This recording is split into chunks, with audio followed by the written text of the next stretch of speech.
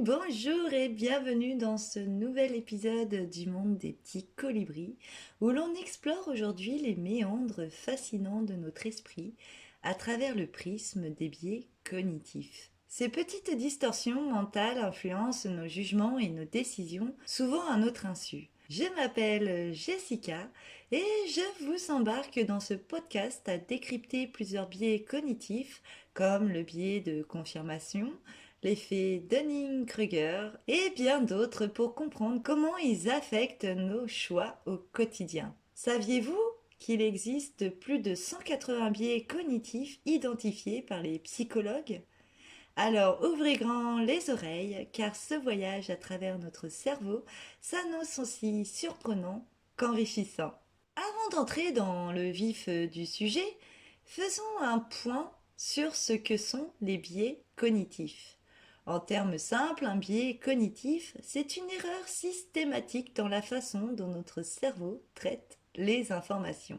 Plutôt que d'analyser chaque situation de manière totalement rationnelle, notre cerveau utilise des raccourcis mentaux pour prendre des décisions rapidement. Toutefois, ces raccourcis peuvent nous induire en erreur.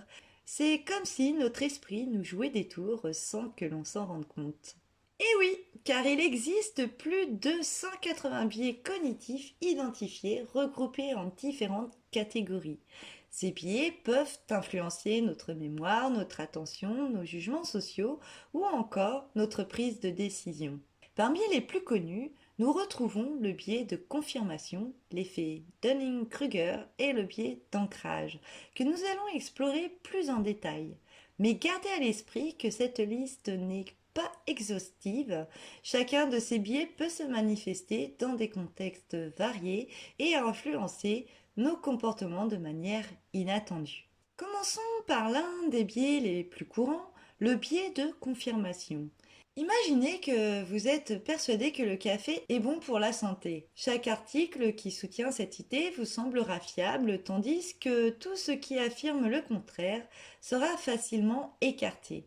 Pourquoi ? Parce que notre cerveau a une tendance naturelle à chercher et à se concentrer uniquement sur les informations qui confirment nos croyances préexistantes. C'est ce biais qui fait que parfois, même en face de preuves contraires, nous restons attachés à nos opinions.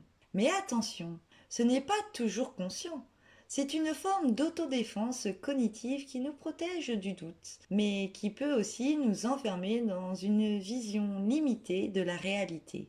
Autre biais fascinant, l'effet Dunning-Kruger. Ce phénomène montre que les personnes les moins compétentes dans un domaine tendent à surestimer leurs compétences, tandis que celles qui sont très qualifiées sous-estiment souvent leur propre niveau. En d'autres termes, plus on en sait peu sur un sujet, plus on a tendance à penser qu'on en sait beaucoup.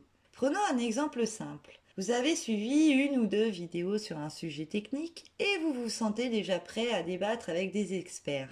Ce biais explique pourquoi certains se croient experts après avoir consulté quelques informations superficielles, tandis que les vrais spécialistes, eux, réalisent l'étendue de ce qu'ils ne savent pas encore. Parlons maintenant du biais d'ancrage. C'est l'idée que la première information que l'on reçoit influence de manière disproportionnée nos décisions futures, même si cette information est incorrecte ou insignifiante. Par exemple, si je vous dis que ce smartphone coûte 2000 euros, puis que je vous propose un modèle à 1000 euros, vous allez instinctivement penser que c'est une bonne affaire. Pourtant, sans cette première encre à 2000 euros, 1000 euros pourrait vous sembler un prix tout à fait normal, voire élevé. Pour ma part, c'est très élevé. Ce biais est largement exploité dans le commerce, notamment dans les stratégies de fixation des prix ou des soldes. Et c'est comme ça qu'on pense faire cette fameuse bonne affaire et qu'on sort avec tout plein d'achats que nous n'avions pas prévus. Et c'est comme ça qu'on se fait récupérer. Un autre biais que nous rencontrons souvent, c'est le biais du statu quo. Il nous pousse, lui, à préférer les situations actuelles, même si elles ne sont pas optimales, simplement par peur de l'inconnu ou de l'incertitude. On préfère donc rester dans notre zone de confort plutôt que de prendre des risques, même si ces risques pourraient mener à des résultats plus positifs. C'est un peu comme rester dans un emploi insatisfaisant parce que l'idée de chercher autre chose paraît trop effrayante, même si un changement pourrait nous apporter davantage de bonheur ou de satisfaction. Et maintenant que nous avons vu quelques-uns de ces biais en action, la question se pose, comment éviter d'en être victime? Bien sûr, nous ne pouvons pas éliminer totalement les biais cognitifs. Après tout, ils font partie intégrante de notre cerveau, mais nous pouvons apprendre à les reconnaître et à remettre en question nos décisions lorsque nous sentons qu'un biais pourrait influencer notre jugement. Par exemple, au lieu de nous précipiter sur la première conclusion qui nous paraît évidente, nous pourrions essayer de rechercher activement des informations contraires à nos idées initiales, questionner nos premières impressions ou consulter des experts dans des domaines où nous manquons de compétences.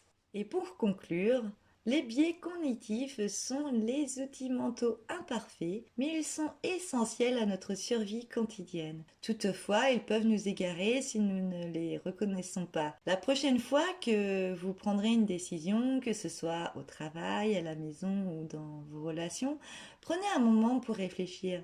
Suis-je influencé par l'un de ces biais? Mon jugement est-il vraiment objectif? Ces petites questions peuvent vous mener à des décisions plus éclairées et à une meilleure compréhension de vous-même. Voilà, c'était tout pour cet épisode du monde des petits colibris. J'espère que cette exploration des biais cognitifs vous aura permis d'ouvrir les yeux sur la manière dont votre esprit influence vos choix. Continuez à vous questionner car c'est le meilleur moyen d'avancer. Merci pour votre écoute. Je vous dis à très bientôt pour un nouvel épisode. Je vous embrasse bien fort. Prenez bien soin de vous et de vos proches. Bye bye!